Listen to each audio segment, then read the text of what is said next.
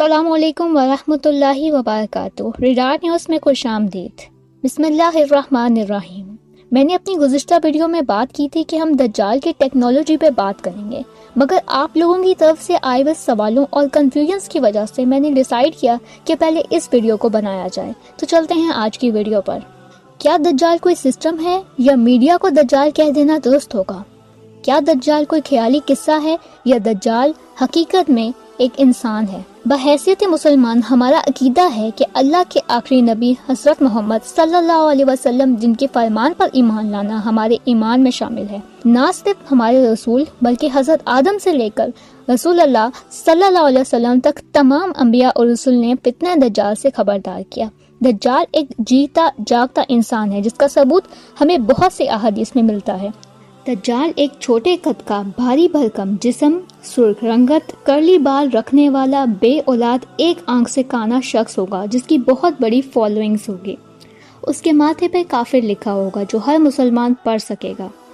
एक ऐसा शख्स जो पूरी दुनिया में ट्रैवल करेगा सवाए मक्का और मदीना के, क्योंकि वहाँ फरिश्तों ने पहरा दिया हुआ है।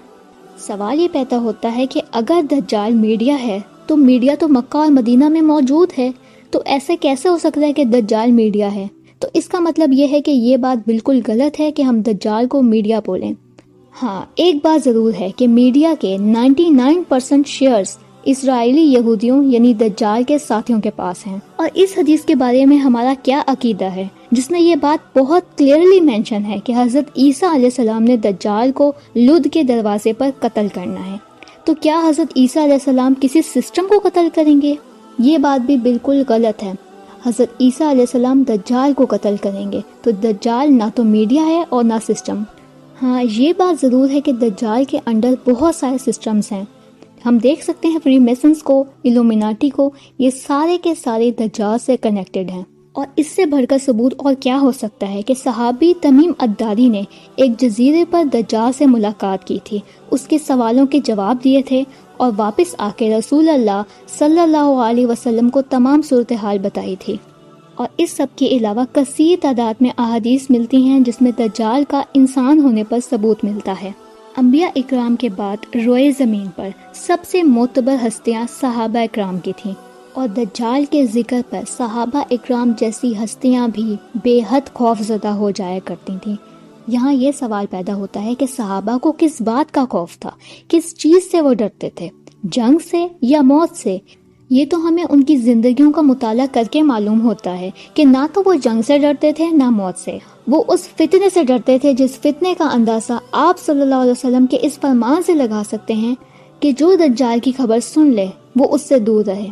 और हदीस में जो वजह बयान की गई है वो वजह जानकर रूह कांप उठती है कि एक आदमी अपने आप को मोमिन समझकर उसके पास आएगा यानी दज्जाल के, और फिर उसके पैदा करदा शुबहात में उसकी पैरवी करेगा। यानी दज्जाल के मकरो फरेब, उसके जादू में ऐसा ट्रैप होगा कि वो अपना ईमान खो बैठेगा। तो यहाँ ये सवाल पैदा होता है कि कलमा गो मुसलमान भी कैसे दज्जाल के धोखे का शिकार होगा? जवाब लफ्ज़ दज्जाल के लफ्ज़ी मतलब ही में मौजूद है। लफ्ज़ दज्जाल दजल से है जिसका मतलब है धोखा, फरेबकारी, मक्कारी। दज्जाल से मुराद ऐसा शख्स जो इंतहा दर्जे का झूठा, बहुत ज़्यादा मक्कार और जालसाज, यानी ऐसा शख्स जिसकी शख्सियत में झूठ और फरेबकारी बहुत वाज़ेह वस्फ हो। बहुत ज़्यादा झूठ बोलने वाला, खिलाफ हकीकत बात का दावा करने वाला, झूठा मसीहा, और बिलाशुबा उसका दजल, उसका जादू और झूठ है। इसका नाम दज्जाल इसलिए रखा गया क्योंकि वो हक और बातिल को मिक्सअप कर देगा, और इस कदर मिक्सअप कर देगा कि सूरत हाल समझ में ही नहीं आएगी कि कौन सच्चा है कौन झूठा। यानी लम्हों में सच को झूठ और झूठ को सच बनाकर दुनिया के कोने कोने में पहुंचा दिया जाएगा। अगर मैं आपको आसान अल्फाज में समझाऊं तो इसका मतलब है कंफ्यूज्ड। इंसानियत कंफ्यूज हो जाएगी, मुसलमान कंफ्यूज हो जाएंगे। और मुसलमान कितने कंफ्यूज्ड हैं इस बात का अंदाज़ा मुझे नेटफ्लिक्स पे आई मसाया सीरीज़ के ट्रेलर पर मुसलमान यूट्यूबर की रिएक्शन वीडियो और उसके नीचे मुसलमानों के कंफ्यूजन से भरे कमेंट्स को देखकर हुआ, जिसमें यूट्यूबर खुद और उसके व्यूअर्स इस बात में कंफ्यूज थे कि क्या सीरीज़ में दज्जाल को दिखाया जा रहा है या ईसा अलैहिस्सलाम को, या यहाँ इमाम मेहदी की बात हो रही है। کیا ہم مسلمان ان 3 شخصیتوں کے بارے میں اتنا بھی علم نہیں رکھتے کہ ہم سمجھ ہی نہ پائیں کہ ایک نان مسلم یہاں کس کو ریپرزینٹ کر رہا ہے؟ کیا نبی پاک صلی اللہ علیہ وسلم نے ہمیں کھول کھول کر ان تینوں شخصیات کے اوصاف نہیں بتائے؟ کب تک ہم نے غفلت میں جینا ہے؟ کب تک ہم ایک آنکھ والے بچے کے پیدا ہونے پر دجال پیدا ہو گیا کا ٹرینڈ اور اس ویڈیو کو عام کرتے رہیں گے؟ کیا ہمیں نہیں بتایا گیا کہ دجال تو کب کا پیدا ہو چکا ہے، بلکہ زنجیروں میں جکڑا ہوا ہے اور وقت آنے پر وہ زنجیریں توڑ کر باہر آ جائے گا؟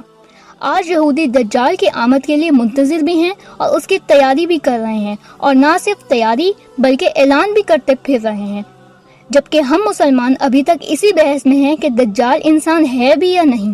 ہم 2 ایکسٹریمز پر چلے گئے ہیں، یا تو دجال کا ذکر کرنے کو پرانی باتیں، فرضی کہانیاں کہہ کر ٹال دیتے ہیں اور دجال کا سرے سے ہی انکار کر دیتے ہیں، یا ہر چیز میں ٹرائنگل دکھا کر اس پہ دجالی یا الومیناٹی ہونے کا سٹیمپ لگا دیتے ہیں، جس سے معاملہ مزید خراب ہوتا ہے۔